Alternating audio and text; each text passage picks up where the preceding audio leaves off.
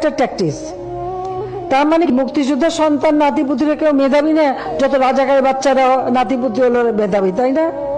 কিন্তু এটা ভুলে গেলে চলবে। 10 জনের সামনে কথা বলতেছি, কিভাবে কথা বলতে হবে এই কথা বলার ভাষাটুকুই যদি আমি না জানি, ওই 10 জনের সামনে কথা বলার কোনো যোগ্যতাই আমার নাই। 1971 সালের পর থেকে যারা জন্মগ্রহণ করছে, যুদ্ধতে অংশগ্রহণ করতে পারে নাই, তারা সবাই রাজাকার। আমি, আপনি, আপনার বাবা, আমার দাদার নামও যেহেতু মুক্তিযোদ্ধার কোঠায় নাই, তাহলে আমার দাদা সহ আমরা সবাই রাজাকার। এক কথায় বলতে গেলে বর্তমান দেশে 16,98,00,000 নাগরিকদের মধ্যে 2,31,000 মানুষ মুক্তিযোদ্ধা, এদের পরিবার বাদে আমরা সবাই রাজাকার। যেই রাজাকারের নাম শুনলে একটা সময় আপনার চোখে ঘৃণা চলে আসতো, এখন একবার ভেবে দেখুন সেই রাজাকারের ট্যাগে আপনার ঘাড়ে চলে আসতেছে। সেই ট্যাগ আপনার ঘাড়ে দিতে এক বৃন্দিও দ্বিধাবোধ করতেছে না, কারণ তার পদে উঠতে আপনার কোনো প্রয়োজন হয় না। বিকজ যে দেশে ভোট ছাড়া ক্ষমতা পাওয়া যায়, সেই দেশে আবার কিছু বলতে ভাবতে হয় নাকি? আজকের ভিডিওতে একটা কথা বলে যাই, মাথায় রাখে, কথা যত বেখেয়ালি হবে পতন তত দ্রুত হবে ইনশাআল্লাহ। পার্সোনালি আমি কোনো রাজনৈতিক সম্পর্কের সাথে সম্পৃক্ত নয়, কিন্তু একজন সাধারণ নাগরিক হিসাবে এই কথার বিরুদ্ধে তীব্র নিন্দা ও প্রতিবাদ জানানোর প্রয়োজন আমি মনে করি। রিসেন্ট 8-9 দিনই হয়ে গেল কোঠা এবং মেধা নিয়ে একটা আন্দোলন চলতেছে। হ্যাঁ, এই কথা সত্য যে কোঠা এবং মেধা দুইটা এক জিনিস নয়, কিন্তু আমার কথা হচ্ছে মুক্তিযোদ্ধাদের নাতি নাতনি থেকে শুরু করে ছেলে মেয়েগুলো যদি এতই মেধাবী হয়, তাহলে তাদের চাকরির জন্য কোঠার কিসের প্রয়োজন? প্রশ্ন থেকেই যায়। সাধারণ মানুষগুলো যদি রাজাকার হয়, এই সাধারণ মানুষের ট্যাক্স ভ্যাট দিয়ে আপনি দেশ চালাচ্ছেন, তার মানে আপনি বড় রাজাকার। বাংলাদেশ পরিসংখ্যান BBS এর হিসাবে শিক্ষিত বেকার আছেন 23,50,000 জন, অর্থাৎ বাংলাদেশে মোট বেকারের সংখ্যা 12% উচ্চ শিক্ষিত। এখন আমাদের মাননীয় প্রধানমন্ত্রীর কথা হিসাবে এই 12% উচ্চ শিক্ষিত বেকার নাগরিকই মেধাহীন। আফসোস 2022 সালে আমি সেনাবাহিনীর মাঠে অ্যাপ্লাই করেছিলাম এবং আমি বগুড়া ক্যান্টনমেন্ট মাঠে দাঁড়াতে গিয়ে দেখি অলরেডি 3 জন সিলেক্টেড হয়ে আছে। এখন আমার প্রশ্ন হলো, আমরা এতগুলো স্টুডেন্ট মাঠে দাঁড়াতে গিয়েছিলাম, আমাদেরকে দেখার আগে আমাদের মেধা সম্পর্কে তারা বুঝে গেছে, রাইট? যদি আমাদের না দেখে আমাদের মেধা সম্পর্কে নাই বুঝতো, তাহলে তো অলরেডি আগে থেকে 3 জনকে সিলেক্ট করে রাখতো না। যে দেশে কোঠা ছাড়া চাকরি হয় না, দেশের নাগরিকদের রাজাকার বলে সম্বোধন করা হয়। একজন সাধারণ নাগরিক হিসেবে প্রধানমন্ত্রীকেই ভয়কট করতেছি। রাজাকার প্রধানমন্ত্রী, তার গদি থেকে তাকে নামিয়ে দেওয়া হোক, নয়তো কোনো আইন আমরা মানি না। আপনি একজন সাধারণ মানুষ হিসেবে আপনি নিজের থেকে ভেবে দেখেন দেশের কতটুকু আইন সুষ্ঠুভাবে পর্যবেক্ষণ হচ্ছে। একজন সাধারণ নাগরিক হিসেবে আপনার দায়িত্ব এগুলোর বিরুদ্ধে প্রতিবাদ করা। এখন আপনার প্রশ্ন থাকতেই পারে, এগুলোর বিরুদ্ধে এইভাবে প্রতিবাদ করে কিছুই হবে না। দেখেন, আপনি ঘরে চুরি করে বসে থেকেও কিছুই হবে না যতক্ষণ না আপনি এগুলোর বিরুদ্ধে রাজপথে নামবেন।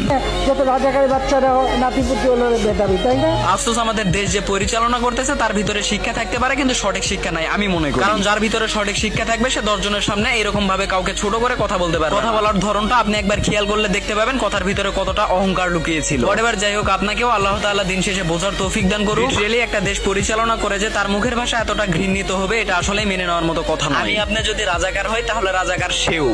ধন্যবাদ।